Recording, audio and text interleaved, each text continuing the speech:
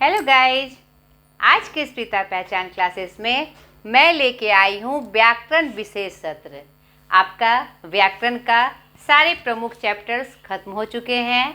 अब जो विशेष चैप्टर हैं जो हमारे कोर्स में संबंधित हैं उसके बारे में हम अब जानेंगे एक एक करके, तो वही मैं आपको बता रही हूँ। तो आज के इस व्याकरण विशेष सत्र में मैं लेके आई हूँ आपके पत्र का व्याकरण पोर्शन का प्रमुख भाग निबंध एवं पत्र लेखन। तो निबंध क्या है और पत्र लेखन क्या है, इसकी एक प्रमुख जानकारी मैं आपको दे दूं। आप ध्यान से इसे देखिएगा। निबंध एक एक करके हम जाने। पहला निबंध हम जाने। निबंध हिंदी में निबंध का अर्थ होता है अच्छी तरह से बांधना। यह गद्य साहित्य की एक विधा है, ठीक है। यानी 1857 में जब हमारा भारतेंदु युग आया तो गद्य विद्या का, हिंदी साहित्य में गद्य विद्या का भी आगमन हुआ। तो निबंध जो है गद्य विधा का एक प्रारूप है। तो निबंध का शाब्दिक अर्थ हमने क्या देखा? अच्छी तरह से बांधना, मतलब जो विषय वस्तु होगी उसको एकदम सटीक शब्दों में बांधकर, यानी कि पूरी तरह से स्पष्ट रूप से उसका वर्णन, पूरी तरह से अच्छी तरह से बांधना मतलब विषय वस्तु कोई छूट ना जाए। जिस संदर्भ में जिस विषय वस्तु पे निबंध लिखी जाती है वह अच्छी तरह से बंधी हुई हो, यानी सारी विषय वस्तु उसमें समाहित हो। और निबंध क्या होते हैं? इसका जो आकार होता है यह सीमा रहित होता है, यह छोटा भी हो सकता है और बड़ा भी हो सकता है, ठीक है। इसकी कोई समय से कोई सीमा निश्चित नहीं होती है, इसका आकार भी कोई निश्चित नहीं होता है। तो सर्वप्रथम इसे हम जान लें स्पष्ट रूप से। हिंदी में निबंध का अर्थ होता है अच्छी तरह से बांधना। अतः यह कहा जा सकता है कि निबंध गद्य लेखन की एक ऐसी कला है जिसमें विचारों की कसावट अनिवार्य तथा आवश्यक है। यानी जो विषय वस्तु रहेंगे, जिस संदर्भ में हम विचार व्यक्त करेंगे उसमें कसावट हो, कहीं किसी भी तरह से वह बिखरता हुआ नजर नहीं आए। संक्षेप में हम कह सकते हैं, यहाँ पर को लिखा गया है, संक्षेप में हम कह सकते हैं कि व्यवस्थित रूप से की गई रचना को निबंध कहा जाता है। यानी हम जो लिख रहे हैं, जो रचना हम कर रहे हैं, वह उसका जो रूप हो व्यवस्थित हो, क्रम से हो, यानी जो विषय वस्तु होगी वह क्रम से लिखी हुई होगी। निबंध के लिए दो चीज़ें आवश्यक है। इसके लिए दो चीज़ें आवश्यक हैं, एक विषय सामग्री और शैली।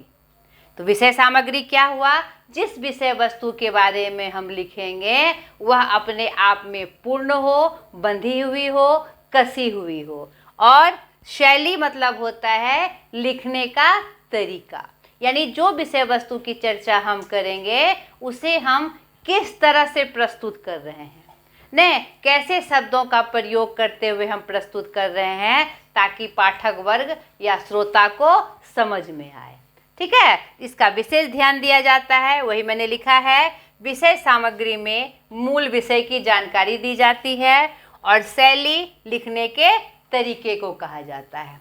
अब निबंध जो लिखा जाता है, चाहे वह व्यक्ति परक हो चाहे वह वस्तु परक हो। आपने पहले भी निबंध के बारे में लिखा होगा। जो निबंध का एक शीर्षक होता है, टॉपिक होता है, नहीं या हेडिंग के रूप में, और उसके बारे में लिखा जाता है।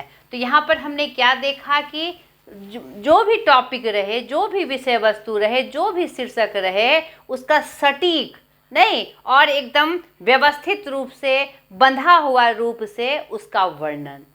तो यहाँ पर मैं आपको एक बात बता दूँ निबंध के बारे में कि आप कोई भी निबंध लिखिए, चाहे वह व्यक्ति परक हो, चाहे वह वस्तु परक हो, चाहे समसामयिक हो या कोई भी हो, तो उससे आप 4-5 प्रश्न पूछे, ठीक है।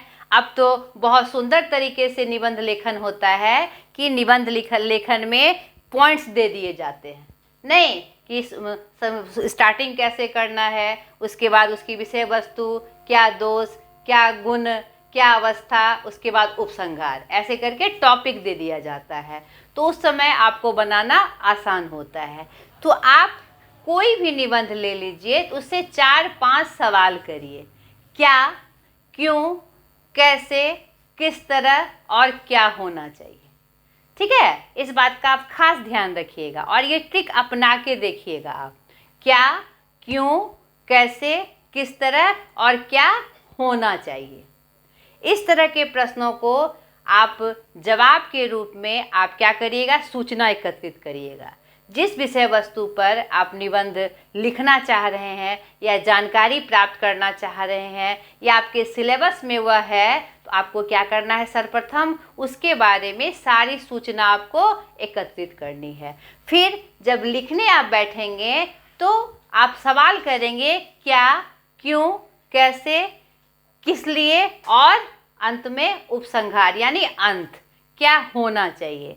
जैसे व्यक्ति परख ले लीजिए, जैसे हम ले ले जवाहरलाल नेहरू। अब व्यक्ति परख है तो क्या तो नहीं होगा, क्यों होगा। तो व्यक्ति परख निबंध में हम क्यों लगा देंगे और वस्तु परख निबंध में हम क्या लगा देंगे, क्या लगा देंगे। नहीं, जैसे अब जवाहरलाल नेहरू कौन थे, नहीं, क्या थे, उन्होंने समाज को क्या दिया, लोग उसे उन्हें क्यों याद करते हैं, नहीं, और उनके जो गुण अवगुण हैं उनको अपनाकर हम किस तरह से जीवन को एक सही दिशा दे सकते हैं। तो आप उन प्रश्नों को, आप जब भी कोई निबंध याद करिएगा तो उन प्रश्नों को सेट करते हुए उसी क्रम में आप निबंध को याद करिएगा। कौन थे, तो जवाहरलाल नेहरू हमारे प्रथम प्रधानमंत्री थे, हमारे क्या कहते स्वतंत्र भारत के। उसके बाद उनका जन्म कहाँ हुआ, उनके माता पिता कौन थे, नहीं, फिर देश के लिए उन्होंने क्या किया, देश में उन क्या कहते हैं उनको क्यों याद किया जाता है, उनकी क्या उपलब्धियां थी, नहीं, उसके बाद अंत में हमें उनके जैसा बनना चाहिए। उपसंहार के रूप में हम लिखते हुए निबंध को ख़त्म करते हैं। ठीक है। अब जैसे कोई टॉपिक आ गया, कोरोना या विज्ञान, वरदान या अभिश्राप, तो आप क्या करेंगे, क्या है विज्ञान, पहले क्या है, यह क्यों, विज्ञान क्यों, या वरदान के रूप में या अभिश्राप के रूप में। ठीक है, उससे क्या लाभ, क्या हानि, और अंत में उसका जो हमारे जीवन में उपयोग है उसके बारे में हम अंत करेंगे। यानी इन सब को बताने का मेरा मतलब है कि स्टार्ट भी बंधा हुआ हो और अंत जो उसका समाप्ति होगा वह भी सटीक रूप से हो, तो आपका निबंध बिल्कुल सही रूप से तैयार हो जाएगा। तो यह निबंध की कुछ विशेष बातें थी जो हमने आपको बताई। अब चलिए हम पत्र लेखन के बारे में जान लें। देखिए, पत्र के बारे में हम जानें कि पत्र क्या है। पत्र लेखन एक कला है। पुराने समय से पत्र का महत्व आज तक खत्म नहीं हुआ। आज पत्र के नए तरीके हमारे सामने आए, ईमेल के रूप में या फिर ई लेटर्स के रूप में, लेकिन इसका महत्व कभी भी ख़त्म नहीं हुआ। तो पत्र क्या है और हमारे जीवन में उसका क्या महत्व है और किस तरह से पत्र को लिखा जाता है, चाहे वह इलेक्ट्रॉनिक मीडिया के माध्यम से हो चाहे मैनुअली हो। ठीक है, इसके बारे में हम जानकारी लेंगे। पत्र लेखन एक कला है। पत्रों के माध्यम से एक दूसरे को संदेश पहुंचाए जाते हैं। ठीक है, एक दूसरे को संदेश पहुंचाए जाते हैं। इसके द्वारा सगे संबंधियों, मित्रों, परिचितों के साथ व्यक्तिगत, पारिवारिक और सामाजिक सूचनाओं एवं अन्य जानकारियों का आदान प्रदान किया जाता है। यानी पत्र एक माध्यम है, नहीं, एक दूसरे को संदेश पहुंचाने का। ठीक है। व्यापारिक एक पार्ट यह हुआ कि अपने सगे संबंधियों को, मित्रों को, परिचितों को, दोस्तों को हम क्या करते हैं, व्यक्तिगत संदेश पहुंचाते हैं लिखकर पत्र के माध्यम से। अपनी सूचनाओं को, कोई बातें बतानी हो, सूचना हम उन्हें देते हैं। नहीं, कुछ जानकारी अगर देनी हो तो हम जानकारी देते हैं। और दूसरा पार्ट है कि व्यापारिक, सरकारी एवं अन्य संस्थान पत्र के माध्यम से अपने अपने कार्य क्षेत्रों से संबंधित संपर्क करते हैं। ठीक है, ये दूसरा भाग हुआ। तीसरा, सामान्य जन इसके द्वारा यानी पत्र के द्वारा संपादकों, सरकारी अधिकारियों एवं व्यापारिक संस्थानों के साथ अपनी दैनिक जीवन की आवश्यकताओं, समस्याओं एवं नौकरियों आदि के लिए संपर्क करते हैं। यानी इसका जो रूप है वृहद है। नहीं, इस पत्र का उपयोग हम क्या क्या करते हैं? मुख्यतः 3 रूप से हम करते हैं। पहला, अपने सगे संबंधियों को जानकारियां पहुंचाते हैं, सूचनाएं देते हैं, कोई बात लिखते हैं। नहीं, और फिर जो अधिकारी होते हैं या व्यवसायी होते हैं, उनका जो अपना क्रियाकलाप है, जो अपना संबंधित क्षेत्र है, उसके बारे में जानकारी देते और लेते हैं। और तीसरा, जो हम आम जनता हैं, तो उनकी जो कुछ समस्याएं हैं या जो भी कठिनाइयां हैं, तो वह अपने जो क्या करते हैं, हमारे लिए जो निहित अधिकारी हैं, उनको अपनी समस्याओं से अवगत कराते हैं या सूचना प्रसारित करते हैं। ये सब किसके माध्यम से होता है? पत्र के माध्यम से होता है। यानी पत्र का हमारे जीवन में बहुत ही महत्वपूर्ण स्थान है। नहीं, तो यह पत्र के बारे में कुछ जानकारियां थी। अब हम देखेंगे पत्र के मुख्यतः भेद, जिससे यह स्पष्ट हो जाएगा कि किस किस तरह के पत्र लिखे जाते हैं और किस प्रारूप में लिखे जाते हैं। तो चलिए, देखा कि पत्र हमारे महत्वपूर्ण अंग है, नहीं, जिसके माध्यम से हम विभिन्न सूचनाओं को प्रसारित करते हैं। ठीक है, तो अब पत्रों के भेद के बारे में हम जाने। पत्रों के भेद जो मुख्यतः 2 तरह के होते हैं। अब यहाँ पर आपको कन्फ्यूज़न दूर करना है। नहीं, आपको विभिन्न पत्र लिखने आते हैं, यानी जो आपके जो परीक्षाओं में है या कोर्स में विभिन्न पत्रों को लिखने के लिए दिया जाता है। नहीं, जैसे शिकायती पत्र, प्रधानाचार्य को पत्र, कार्यालय संबंधी पत्र, पुस्तक मंगाने के लिए पत्र, नहीं, नाली और सड़क मरम्मत के लिए पत्र, नगर निगम को पत्र, आदि आदि आदि। तो आप कंफ्यूज कर जाते होंगे कि ये तो विभिन्न प्रकार के पत्र हैं। नहीं, इसको कैसे श्रेणी में बांटा जाए और इसे किस रूप में जाना जाए। तो मैं आज आपको ये बात एकदम स्पष्ट कर रही हूँ कि कौन से पत्र किस श्रेणी में आते हैं, किस भेद के अंतर्गत आते हैं। आज ये स्पष्ट हो जाएगा और उसका जो प्रारूप होगा वह किस तरह से लिखा जाएगा वह भी मैं आपको यहाँ पर स्पष्ट करूँगी। तो देखिए, वास्तविक रूप से पत्रों के मुख्यतः 2 भेद हैं। एक औपचारिक पत्र और दूसरा अनौपचारिक पत्र, यानी फॉर्मल लेटर्स और इनफॉर्मल लेटर्स। अब आपको और स्पष्ट हो गया होगा।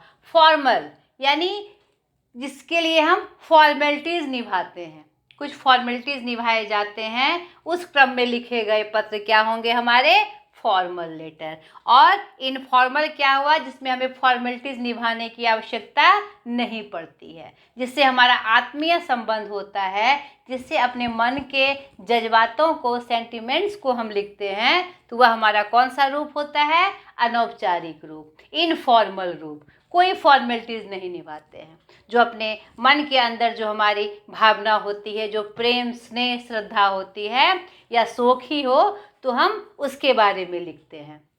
ठीक है, स्पष्ट हो गया।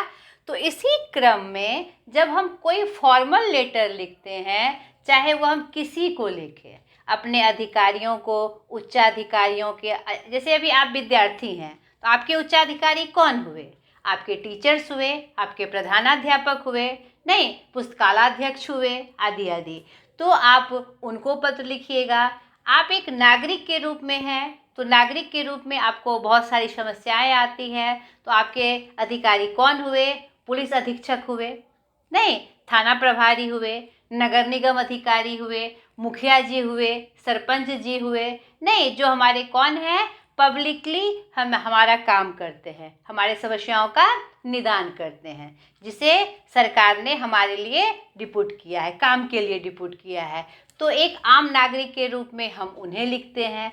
या फिर हमें कहीं नौकरी करना हो, कोई कार्यालय है, कोई व्यवसाय है, तो उसके लिए हम जब कोई पत्र लिखते हैं विनती करते हुए, प्रार्थना करते हुए, तो वह भी क्या होता है, हमारा फॉर्मल होता है। नहीं, और किसी संस्थान से हमें कुछ मंगाना हो, कुछ भेजना हो, नहीं, आजकल देखते हैं ऑनलाइन का है सिस्टम। ऑनलाइन का सिस्टम क्या करते हैं, मोबाइल्स के माध्यम से हम भेजते हैं, उसमें डिटेल्स देते हैं ना। तो इस प्रकार से हम जो कुछ काम करते हैं वह भी हमारा क्या होता है, फॉर्मल होता है।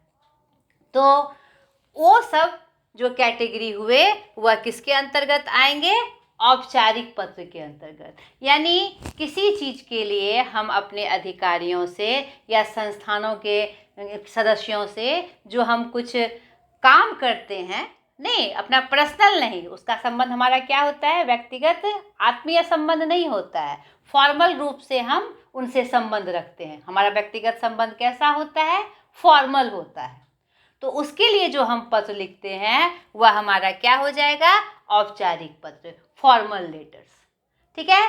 तो अब हम जान ले जिन व्यक्तियों के साथ व्यक्तिगत संबंध औपचारिक होते हैं, औपचारिक मतलब फॉर्मेलिटीज के लिए होते हैं, उन्हें लिखे जाने वाले पत्र औपचारिक पत्र कहलाते हैं। इस प्रकार के पत्र कक्षाध्यापकों, अध्यापकों, प्रधानाचार्यों यानी विद्यार्थियों के लिए, नहीं, विद्यार्थियों के उच्चाधिकारी कौन होते हैं, अभी मैंने तुरंत क्लियर किया, संपादकों, विभिन्न पुस्तक विक्रेता जो होते हैं उसके जो संपादक होते हैं उनको भी हम पत्र लिखते हैं, तो फॉर्मल रूप में लिखते हैं। सरकारी एवं अन्य कार्यालयों के अधिकारियों, चाहे सरकारी हो चाहे निजी संस्थान हो या अन्य किसी अधिकारी को हम किसी संदर्भ में पत्र लिखते हैं तो वह भी हमारा क्या होता है, फॉर्मल होता है। निजी संस्थानों के प्रमुखों, निजी संस्थान से हमारा कोई काम पड़ जाए, जब उसको हम कोई लेटर लिखते हैं तो वह भी क्या होता है, हमारा फॉर्मल होता है। तथा व्यापारियों आदि को लिखे जाते हैं। व्यापारी से हमें कुछ मंगाना हो, कुछ उससे लेन देन करना हो, तो उसको जो हम पत्र लिखते हैं वह भी हमारा क्या होता है, फॉर्मल होता है। ठीक है। तो अब इसके कैटेगरी में देखिए, इसके अंतर्गत ये सब देखने के बाद हमारे अंदर क्या आता है कि इस प्रकार के पत्र जो आएंगे वह हमारे क्या होंगे, फॉर्मल लेटर्स के अंतर्गत। जैसे आवेदन पत्र, किसी को आवेदन देना, चाहे उसकी विषय वस्तु कुछ भी हो, नहीं, अब विद्यार्थी हैं तो छुट्टी लेना है, कोई कागज निर्गत करना है, नहीं, या फिर कोई चीज़ की सहायता राशि लेनी है, छात्र कोष से सहायता लेनी है, आदि के लिए हम आवेदन पत्र लिखते हैं अपने अध्यापकों को और प्रधानाचार्यों को। या फिर कहीं नौकरी करना हो तो उसके अधिकारियों को, कार्यालय अधिकारियों को, या फिर किसी सरकारी संस्थान का कोई अधिकारी है तो उसको हम आवेदन करते हैं कि हमारे यहाँ ये दिक्कत है, कृपया ये काम कर दे, आदि आदि। व्यावसायिक पत्र, जो किसी व्यवसायी को हम लिखते हैं। कार्यालयी पत्र यानी जो कार्यालय में काम करने वाले अधिकारियों को लिखते हैं। अधिकारी पत्र, जो विभिन्न अधिकारी हमारे होते हैं, चाहे वह सार्वजनिक स्थान के हो या फिर हमारे निजी संस्थान के हो, उसको जो हम पत्र लिखेंगे। नौकरी संबंधी पत्र, अपनी नौकरी के लिए कहीं से कोई विज्ञापन आया है कि यहाँ पर ये सीट खाली है, तो उसके संदर्भ में जो हम अपना क्या कहते हैं, रिपोर्ट भेजते हैं या फिर अपना बायोडाटा भेजते हुए पत्र लिखते हैं, वह हमारा क्या होता है, नौकरी संबंधी पत्र होता है। शिकायती पत्र, कोई चीज़ हमने मंगाया और वह खराब निकल गया या फिर नहीं पहुंचा, इसके लिए हम शिकायती पत्र भी लिखते हैं, वह भी हमारा क्या होता है, फॉर्मल होता है। तो इन सब चीज़ों, मतलब ये सब पत्र किसके अंतर्गत आएंगे, हमारे औपचारिक पत्र के अंतर्गत आएंगे।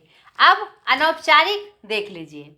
जिन व्यक्तियों के साथ व्यक्तिगत और आत्मीय संबंध होते हैं उन्हें लिखे जाने वाले पत्र अनौपचारिक पत्र कहलाते हैं। ऐसे पत्र प्रायः सगे संबंधी, मित्रों और परिवार के सदस्यों को लिखे जाते हैं। नहीं, क्लियर हो गया, यानी उससे हमारा क्या होता है, स्नेहिल संबंध होता है, आत्मीय संबंध होता है, अपनेपन का संबंध होता है, तो उसमें अपने विचारों को, अपनी बातों को, अपनी सूचनाओं को, अपने मनोभावों को व्यक्त करते हुए जो हम पत्र लिखते हैं वह हमारा क्या होता है, अनौपचारिक पत्र होता है। उसमें कोई फॉर्मेलिटीज़ नहीं निभाई जाती है, बस संबोधन करते हैं। जो पत्र का प्रारूप होता है वह प्रारूप लगाते हुए हम पत्र लिखते हैं और अपने मनोभावों को उसमें वर्णित करते हैं, और किस लिए पत्र लिख रहे हैं उस विषय वस्तु का वर्णन होता है शॉर्ट में, और कुछ छोटी मोटी फॉर्मेलिटीज होती है जो हम उस पत्र में पूरा करते हैं। सामाजिक पत्र भी अनौपचारिक पत्रों की श्रेणी में आते हैं। ये सामाजिक पत्र क्या है, हम सामाजिक प्राणी हैं, हम समाज में रहते हैं, हमारी जो परंपराएं हैं, जो रीति है और जो क्या कहते हैं उत्सव पर्व हम मनाते हैं, तो उसमें हम क्या करते हैं, समाज के लोगों के साथ मिलजुल कर मनाते हैं। नहीं तो उसके लिए जब कोई मांगलिक कार्य हम करते हैं तो उसके लिए निमंत्रण पत्र देना, नहीं, या फिर में हमारे कोई दुखद घटना घट जाए तो उसके लिए शोक पत्र देना आदि भी किस में आता है, हमारा व्यक्तिगत संबंध में आता है। तो उस प्रकार के पत्र भी वो क्या होंगे, हमारे अनौपचारिक पत्र के अंतर्गत आएंगे। क्लियर हो गया। तो सामाजिक पत्र मैंने अभी बताया अनौपचारिक पत्रों की श्रेणी में आते हैं, जो किस संदर्भ में लिखे जाते हैं, मुख्यतः जन्मोत्सव, विवाहोत्सव, गृह प्रवेश एवं अन्य मांगलिक उत्सव आदि के लिए लिखे गए निमंत्रण पत्र व्यक्तिगत संबंधों पर आधारित होते हैं, इसीलिए यह अनौपचारिक पत्र के अंतर्गत आते हैं। क्लियर हो गया। यानी यहाँ पर कॉन्सेप्ट क्या क्लियर रखना है कि वैसा पत्र जो अपने रिश्तेदारों को, माता पिता, भाई, मामा, चाचा, मित्र, नहीं, या फिर और भी समाज में जो हमारे दोस्त होते हैं या कोई संबंधी होते हैं, तो उनको जो हम पत्र लिखेंगे अपने स्नेहिल संबंध को दर्शाते हुए, या फिर किसी में निमंत्रण देने के लिए, या फिर कुछ अपने बातों को कहने के लिए, तो उस प्रकार के पत्र में कोई फॉर्मेलिटीज़ नहीं निभाई जाती है, तो वह पत्र हमारा किसके अंतर्गत आता है, इनफॉर्मल लेटर्स के अंतर्गत आता है और अनौपचारिक पत्र के अंतर्गत आता है। तो उसमें जितने भी सामाजिक पत्र होंगे जो समाज में एक दूसरे का संबंध निभाने के लिए होते हैं, क्योंकि वह भी व्यक्तिगत अपना संबंध होता है, पर्सनल संबंध उनसे हमारा होता है, नहीं, तो वह भी हमारा क्या हो जाएगा, अनौपचारिक पत्र हो जाएगा। अब चलिए एक प्रारूप में आपको बता दूं कि किसी पत्र को जो स्टार्ट और बीच में और अंत में हम कैसे संबोधित करते हैं उसको हम बताते हैं।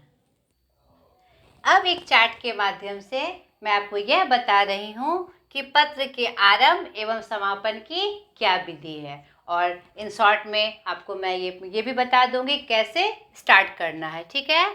तो सर्वप्रथम सामाजिक पत्र में संबंध, नाम, पद, संबोधन और पत्र के अंत में लिखे जाने वाले शब्द या वाक्यांश।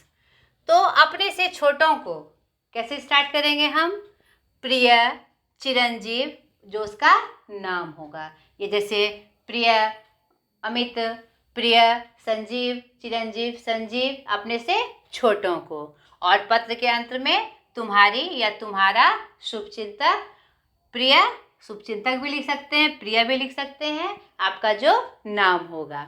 ठीक है। अपने से बड़ों को पूजनीय, आदरणीय, अगर कोई संबंधी है तो उसका नाम भी लिख सकते हैं, माताजी, पिताजी, गुरुजी, भाई साहब, भैया, दीदी, या जो भी उससे हमारा संबंध हो, तो उसका संबोधन का शब्द क्या होता है, पूजनीय, आदरणीय, सबसे प्रचलित यह शब्द है पत्र में। ठीक है। और अंत में आपका प्रिय या स्नेहमान, कृपाकांक्षी, और नीचे अपना नाम। ठीक है। बड़ों को पत्र जो हमारा होता है स्नेहिल रिश्तों को दिखाता है, नहीं, चाहे वह फॉर्मल हो चाहे इनफॉर्मल हो, तो उसमें सभ्यता दिखनी चाहिए। अपने से छोटों को लिखेंगे तो हम क्या करेंगे, स्नेह देंगे, अपने से बड़ों को लिखेंगे तो हम आदर देंगे। ठीक है।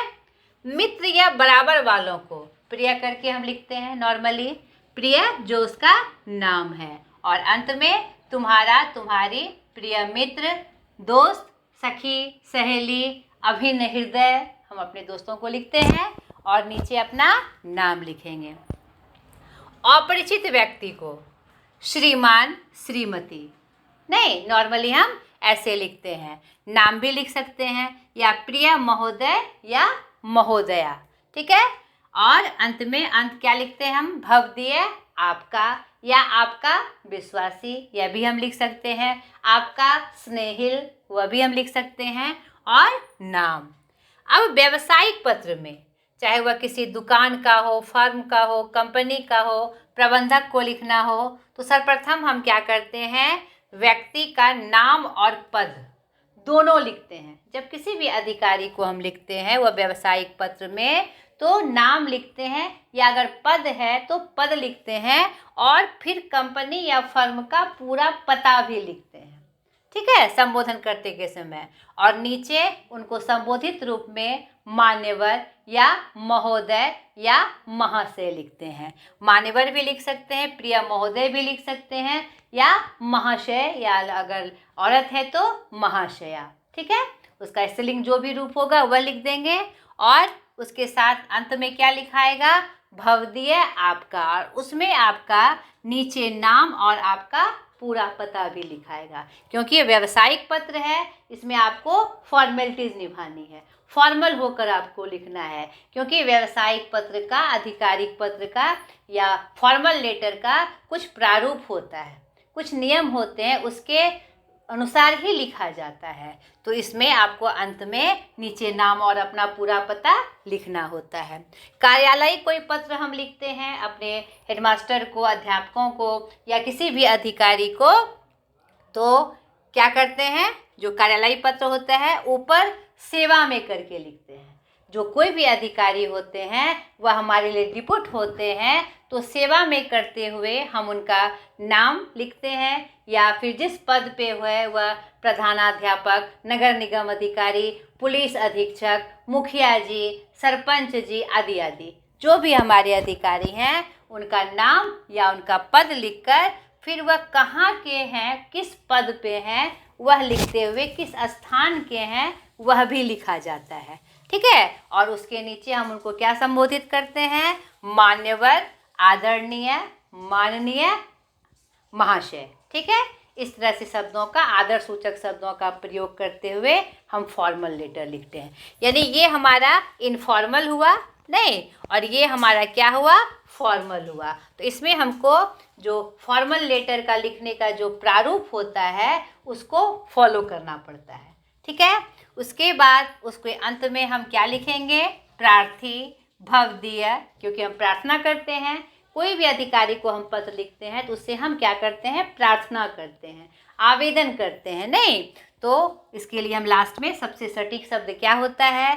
आपका प्रार्थी, आपका भवदीय, आपका विनीत या आपका निवेदक, नीचे अपना नाम और पूरा पता, ताकि अधिकारी को पता चले कि कौन लिख रहा है, और वह नागरिक के रूप में है, विद्यार्थी के रूप में है, कि अध्यापक के रूप में है, या किस रूप में है। आपको यहाँ पर नाम और पूरा पता लिखना होता है।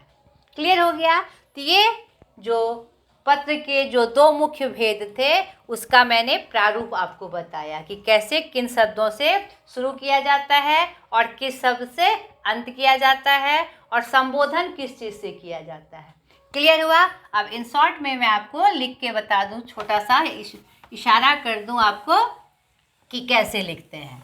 कोई भी अधिकारी हो, एक बात आपको याद रखनी है, किसी भी अधिकारी यानी फॉर्मल लेटर में मैंने प्रारूप बता ही दिया, व्यवसाय में कैसे लिखना है, अधिकारी को कैसे लिखना है, और सगे संबंधियों को कैसे लिखना है। तो सगे संबंधियों में तो कोई दिक्कत ही नहीं है, हमें कोई फॉर्मेलिटीज़ ही नहीं निभानी है। हम बड़ों को लिखना है तो संबोधन करके लिखेंगे आदरणीय, ठीक है, आदरणीय या पूजनीय, जो भी हमें लिखना है, पूजनीय। यहाँ पर हम संबोधन करेंगे जो संबंध जो हमारा होगा, और नमस्ते या प्रणाम, नमस्ते या प्रणाम लिखते हैं हम, और डायरेक्ट फिर हम यहाँ से लिखना शुरू कर देते हैं अपनी बातों को, जो हमारे सगे संबंधी होते हैं। और व्यावसायिक में हमने क्या बताया आपको, प्रारूप बताया कि कैसे स्टार्ट करना है, कैसे संबोधन करना है, नाम और पता लिखना है, और फिर कैसे अंत करके अपना नाम और पता लिखना है। तो ये तो इनफॉर्मल में ऐसे हो जाएंगे सगे संबंधियों को। और आपको कोई निमंत्रण देना हो, आपका विवाह उत्सव हो या जन्मोत्सव हो, तो भी हम ऐसे ही स्टार्ट करते हैं। खाली बीच में क्या लिख देते हैं, निमंत्रण पत्र। जिसका भी निमंत्रण देना हो हम क्या लिख देते हैं, निमंत्रण पत्र। या शोक संदेश ही हो तो हम क्या लिख देते हैं, शोक पत्र। क्लियर हो गया। यानी कोई भी सगे संबंधियों को हम चाहे इनवाइट करें, निमंत्रण करें या शोक संदेश दे, तो यहाँ पर थोड़ा सा इंडिकेशन हम कर देते हैं और प्रारूप सीधा साधा होता है। बड़ों को, छोटों को और बराबर वालों को कैसे लिखते हैं वो प्रारूप मैंने आपको पहले ही लिखा दिया। अब व्यावसायिक या आधिकारिक पत्र में हमने आपको क्या बताया कि व्यवसाय का नाम, जैसे भारती भवन पटना, या जो भी और नाम है यहाँ पर, जहाँ जिस क्षेत्र में भारती भवन स्थित है वो हम लिखेंगे सीधा डायरेक्ट लिख देंगे। अब विषय लिखेंगे, फिर हम विषय पुस्तक मंगाने के संबंध में, पुस्तक मंगाने के संबंध में। यानी आधिकारिक पत्र जो भी हो, कुछ फॉर्मेलिटीज निभानी पड़ती है हमें। यहाँ पर हमने संस्थान का नाम लिखा, फर्म का नाम लिखा, पता लिखा, फिर विषय लिखा। उसके बाद हम संबोधन लिखेंगे, महाशय लिख सकते हैं। यहाँ पर हमने आपको बताया प्रारूप में कि महाशय लिख सकते हैं, मान्यवर लिख सकते हैं, ने महोदय लिख सकते हैं। और उसके बाद हम यहाँ से स्टार्ट करते हैं कि सविनय, या फिर यहाँ पर आप कार्यालय पद में डायरेक्ट भी लिख सकते हैं, ऐसा ज्ञात है कि मुझे ऐसे ऐसे पुस्तक की आवश्यकता है, तो मुझे कृपया इस पते पर पुस्तक भेजने की कृपा करें, मैं एमपीपी के माध्यम से वह छुड़वा लूँगी। ठीक है। अब आपको निवेदन करते हुए पत्र लिखना है, तो आप क्या करेंगे, सेवा में करके लिखेंगे, सेवा में। अब सेम प्रारूप किसी भी अधिकारी को लिखे, चाहे कितना बड़ा अधिकारी हो, चाहे वह कार्यालय अधिकारी हो, चाहे आपके हेडमास्टर हो, अध्यापक हो, कुछ भी हो, सेम यही प्रारूप होगा। सेवा में जो आपके लिख, जैसे कि प्रधानाध्यापक को लिख रहे हैं, सेवा में प्रधानाध्यापक महोदय या महाशय या मान्यवर जो भी लिखना है। यहाँ पर कहाँ के हैं वह भी आपको लिखना है। जैसे कदम कुआं विद्यालय पटना, यानी जहाँ के वो प्रधानाध्यापक हैं, वह स्कूल का नाम यानी विद्यालय का नाम और स्थान भी लिखना है। फिर आपको विषय लिखना है, ये फॉर्मल लेटर का प्रारूप होता है। फिर विषय लिखना है छुट्टी लेने के संबंध में, चाहे जो भी आपका विषय वस्तु है, छुट्टी लेने के संबंध में। क्लियर हुआ। या फिर कोई पत्र निर्गत करने के संबंध में, टीसी लेने के संबंध में। अब मान लीजिए यहाँ कोई और अधिकारी हुआ, नगर निगम अधिकारी हुआ, तो सेम प्रारूप होगा। सेवा में नगर निगम अधिकारी, जहाँ आपका स्थान है कदम कुआं पटना। विषय रोड एवं नाली मरम्मत के संबंध में, यानी प्रारूप यही होगा। तो जितने भी अधिकारी को हम लिखते हैं उनसे हम विनती करते हैं, नहीं तो फिर संबोधन हम लिखेंगे, चाहे महाशय लिखे, महोदय लिखे, मान्यवर लिखे, कुछ भी लिखे, महाशय लिख के हम एक पंक्ति हमेशा से आप याद रख लीजिए, जब अपने अधिकारी को हम पत्र लिखेंगे, विनय के रूप में लिखेंगे, तो यह पंक्ति आपको याद रखनी है, सविनय निवेदन है कि, सविनय निवेदन है कि, निवेदन है कि। अगर आप विद्यार्थी हैं, प्रधानाध्यापक को लिख रहे हैं, तो मैं, जैसे मेरा नाम प्रीता है, मैं प्रीता कुमारी वर्ग 10वीं की छात्रा हूँ, मुझे 2 दिनों की छुट्टी की आवश्यकता है, अतः मुझे इस तिथि पर, अमुक तिथि पर, जो डेट आपको, जिस डेट में आपको छुट्टी लेनी है उस डेट पर छुट्टी देने की कृपा करें। इसके लिए मैं श्रीमान की सदा आभारी रहूँगी। नहीं, अतः मुझे छुट्टी निर्गत करने की कृपा की जाए। ये प्रारूप है। और अंत में हम क्या लिखते हैं? आपकी विश्वासी, आपकी आज्ञाकारी छात्रा। या फिर आप नागरिक हैं तो आपका भवदीय प्रीता कुमारी, आपकी भवदीय प्रीता कुमारी। नहीं, मुझे यहाँ, मैं इस गांव का निवासी हूँ। जो भी आपका गांव है, मेरे गांव का जो सड़क है और नाली की जो स्थिति है बहुत ही खराब हो चुकी है। पानी सड़क पे आ जाता है, नहीं, जिससे जल प्रदूषित हो गया है, जिससे गांव में बीमारी फैल गई है। इसीलिए जल्द से जल्द इसे ठीक कराने की कोशिश करें। यानी प्रारूप वही रहेगा। सेवा में अधिकारी का नाम, अधिकारी का पद, फिर विषय और उसके बाद संबोधन, पत्र का मुख्य वस्तु जो स्टार्ट करेंगे सविनय निवेदन है से, फिर अपनी समस्या या जो भी कारण है, और अंत में निवेदन करते हुए आपका विश्वासी, आपका भवदीय, आपका आज्ञाकारी। और यहाँ पर एक इसमें प्रारूप होता है, इसके बाएं साइड में हम दिनांक लिखते हैं, डेट लिखते हैं। इस बात का याद रखिएगा। चाहे कार्यालय पद हो, कार्यालय पद में सेवा में करके नहीं लिखते हैं, कार्यालय फर्म संस्थान का नाम लिखते हैं, उसके बाद स्थान लिखते हैं, उसके बाद विषय लिखी जाती है, उसके बाद संबोधन करते हुए अपनी बात लिखी जाती है। वो आपको पत्र में दिया रहेगा कि किस संदर्भ में लिखना है। क्लियर? और जब आपको अधिकारी को लिखना हो, चाहे वो किसी जिले के भी अधिकारी हो, तो इसी प्रारूप में आपको पत्र लिखना है। ठीक है, आशा करती हूँ आपको अच्छे से पत्र समझ में आया होगा। और भी पत्र से संबंधित कोई बातें हों तो मुझे ज़रूर कमेंट करके बताइएगा। और अंत में यही कहना चाहूँगी, अगर आपको मेरा वीडियो अच्छा लगता है तो इसे सब्सक्राइब करें, ग्रुप में शेयर करें और मुझे सपोर्ट करें। आज तक के लिए इतना ही, बाय।